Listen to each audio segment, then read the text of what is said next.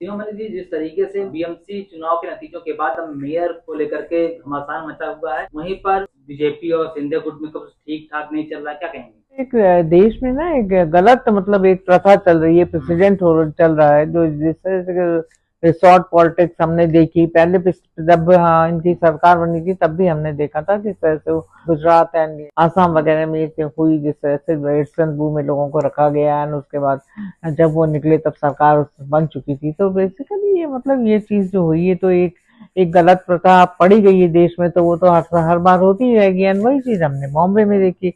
And मुझे तो समझ में नहीं आता कि मतलब इतना आप एक 25-25 हजार के रूम्स आप ले रहे हो, इतने लोगों को आप 2-3 दिन तक रख रहे हैं, तो इतना एक्सपेंस जो होता है वो भी मतलब किसके पैसे से करते हो आप ना, जो जनता का टैक्स का जो पैसा होता है उससे ही तो करते हो आप ये सब चीजें करने के लिए।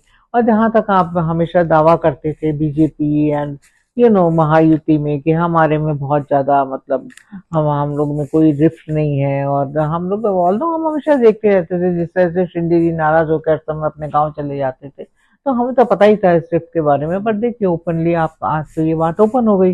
एंड फिर देखिए जो ट्रस्ट डेफिसिट है उनके में, उनको एक डर है कि मतलब मेरे वो अभी भी उन्होंने आधार कार्ड वगैरह रखवा लिए हैं उन लोगों के। तो देखिए जो चीज हुई है बस बस सूरज शकल ही मुझे तो नजर आई, जो मतलब जो ये बोलते थे कि हम लोग में बहुत है। देखिए दादा ने भी तो हमारे माननीय दादा ने भी मतलब अलग ही लड़े हैं वो तो, और ये शिंदे जी से जो भी इनका मतलब चल रहा है। देखिए बीजेपी का तो ये है ही है, हमेशा मतलब वो लोगों को यूज करके and फिर ऐसा ही करते हैं अपने अलायंसेस के साथ।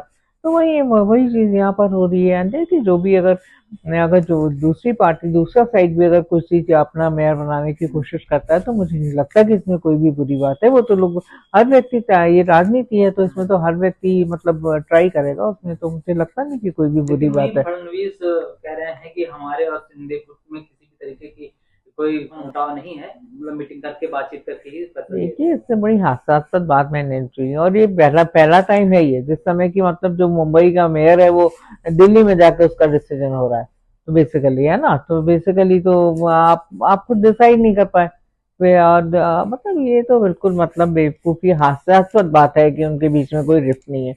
जब इतना सब कुछ हो गया, सब कुछ मतलब सबको पता है ये बातें, फिर भी अगर आप ये कहते हैं कि हमारे में कोई रिफ्ट नहीं है, तो भाई भगवान ही जाने ऐसी रिफ्ट के बारे में और ऐसी दोस्ती के बारे में कौन सी दोस्ती है, मुझे समझ नहीं आता फ्रैंकली।